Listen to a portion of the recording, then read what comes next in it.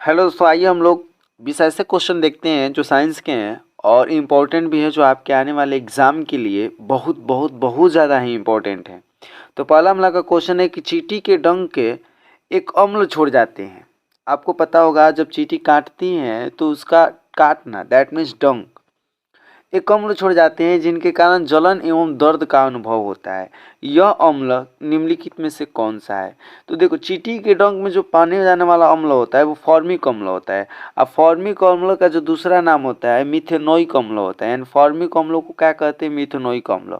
यानी इसका ऑप्शन 21 का क्या हो जाएगा? ए हो जाएगा। अगला हम लोग जब आएंगे 22 को, जब हम लोग देखेंगे तो 22 कह रहा है कि ऑक्जेलिक अम्ल निम्नलिखित में से किस में पाया जाता है? ऑक्जेलिक अम्ल निम्नलिखित में से किस में पाया जाता है? ऑक्जेलिक अम्ल टमाटर में पाया जाता है बाबू, टमाटर में पाया जाता है।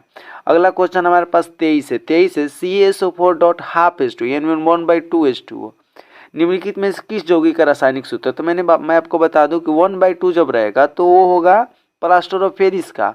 अगर यहीं अगर 2H2O हो जाए तो वो हो जाएगा जिप्सन का। लेकिन अभी फिलहाल 1/2 यानी हाफ है। हाफ मतलब आधा। तो वो जो फार्मूला होता है प्लास्टर ऑफ पेरिस का होता है। अगला जब हम लोग क्वेश्चन चलेंगे 24 पर, तो 24 तो और बहुत अच्छा क्वेश्चन है, आसान क्वेश्चन है। निम्नलिखित में कौन सी धातु कमरे के तापमान पर तरल अवस्था यानी द्रव अवस्था में रहती है? तो आप सभी लोगों को पता है कि पारा। पारा एक ऐसा धातु है जो कमरे के ताप पर क्या होता है? क्या होता है भाई? द्रव अवस्था में रहता है। नाइट्रोजन के दो परमाणुओं के बीच कितने बंध होते हैं? नाइट्रोजन यानी दैट मीन्स N2, दो परमाणु, यानी कि इन दोनों के बीच जो हमारा बंध रहता है ट्रिपल बॉन्ड होता है। कितना बॉन्ड होता है बाबू? तो ट्रिपल यानी 3 अबंध रहता है। आप लोग ध्यान दीजिएगा, 3 अबंध होता है। अगला जो हम लोग का क्वेश्चन होगा, और एक बात आपको बता दें कि जो आप पीछे का वीडियोस नहीं देखे वो वीडियोस को देखिए, रेगुलर मेरे चैनल पर बने रहिए क्योंकि हर रोज़ आपके वीडियो अपलोड होते हैं। आपको बहुत मज़ा आएगा। आप एग्ज़ाम के लिए आपके लिए बहुत ही हेल्पफुल भी होगा। निम्नलिखित में से कौन विद्युत का सुचालक है? निम्नलिखित में से कौन विद्युत का सुचालक है? आपको जैसा पता होना चाहिए, विद्युत का सुचालक हमारा ग्रेफाइट होता है, न कि गंधक, न कि आयोडीन, न कि हीरा। विद्युत जहाँ इलेक्ट्रिक धारा प्रवाह हो। 27 कह रहा है कि भाई कार्बन के किसी बाहरी कोष में इलेक्ट्रॉन की कुल संख्या क्या होती है? तो आपको पता होने चाहिए कि होता है 1s2 2s2 और 2p2 होता है। तो यानी बाहरी कक्षा दूसरा ये हमारा बाहरी कक्षा। तो यानी 2 और 2 यानी कितने टोटल इलेक्ट्रॉन हो जाए बाहरी कक्षा में? 4 इलेक्ट्रॉन हो जाएंगे मेरे भाई। कितने इलेक्ट्रॉन हो जाएंगे? 4 इलेक्ट्रॉन। अदरवाइज अगर मान लीजिए इलेक्ट्रॉनिक विन्यास आपको नहीं आता, इलेक्ट्रॉनिक विन्यास का मैंने वीडियो बना दिया है, अगर आपको नहीं आता है तो जान लीजिए 2 4 अष्टक वाला एक अच्छा वाला रूल से आप बना सकते हैं। 28 हम लोग का क्वेश्चन है, एल्किन का सामान्य सूत्र क्या होता है? तो 3 हमारे होते हैं, एल्किन, एल्काइन, एल्किन। तो एल्किन होता है CnH2n होता है, CnH2n होता है एल्किन का सामान्य सूत्र। अगला 29 है सामान्य आणविक सूत्र लेकिन अलग अलग संरचनाएं वाले यौगिक। देखिए, आणविक सूत्र समान हो लेकिन संरचना जो हो उसकी अलग अलग हो, तो वैसे हमारे निम्नलिखित में से क्या कहलाते हैं? तो संरचनात्मक समन्वय कहलाते हैं। ठीक है, संरचनात्मक समन्वय या समन्वय भी बोल सकते हैं आप। अगला जब 30 पर हम लोग चलेंगे तो 30 कह रहा है कि मेंडलीफ जी कह कर गए थे। क्या कह कर गए थे मेरे भाई? मेंडलीफ जी कहते कि मेंडलीफ के आवर्त नियम के अनुसार तत्वों के गुणधर्म के निम्नलिखित में से किसके आवर्त फलन होते हैं? तो परमाणु द्रव्यमान के आवर्त फलन, यानी ऑप्शन हम लोग का बी जो होगा वो करेक्ट आंसर होगा।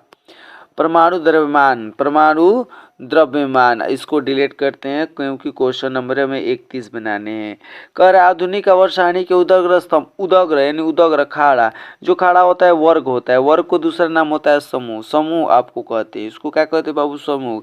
और जो लेटा हुआ रहता है उसे आवर्त कहते हैं। आवर्त 7 को होते हैं, समूह 18 होते हैं। अम्लराज के सांद्र एचिया, अम्लज बहुत बढ़िया बात, एक्वारेजिया भी इसको बोलते हैं। अम्लराज को क्या बोलते हैं? एक्वारेजिया।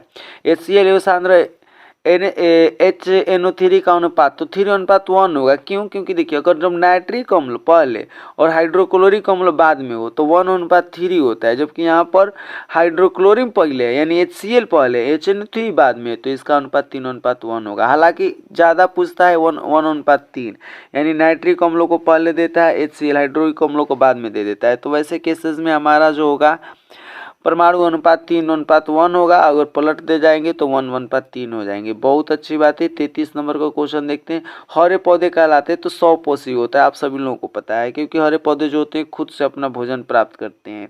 34 कह रहा है कि छोटी आंत में पाए जाने वाले रंसाकुर का क्या तात्पर्य है? रंसाकुर का क्या तात्पर्य है भैया? तो अवशोषण का काम करता है। रंसाकुर क्या करता है?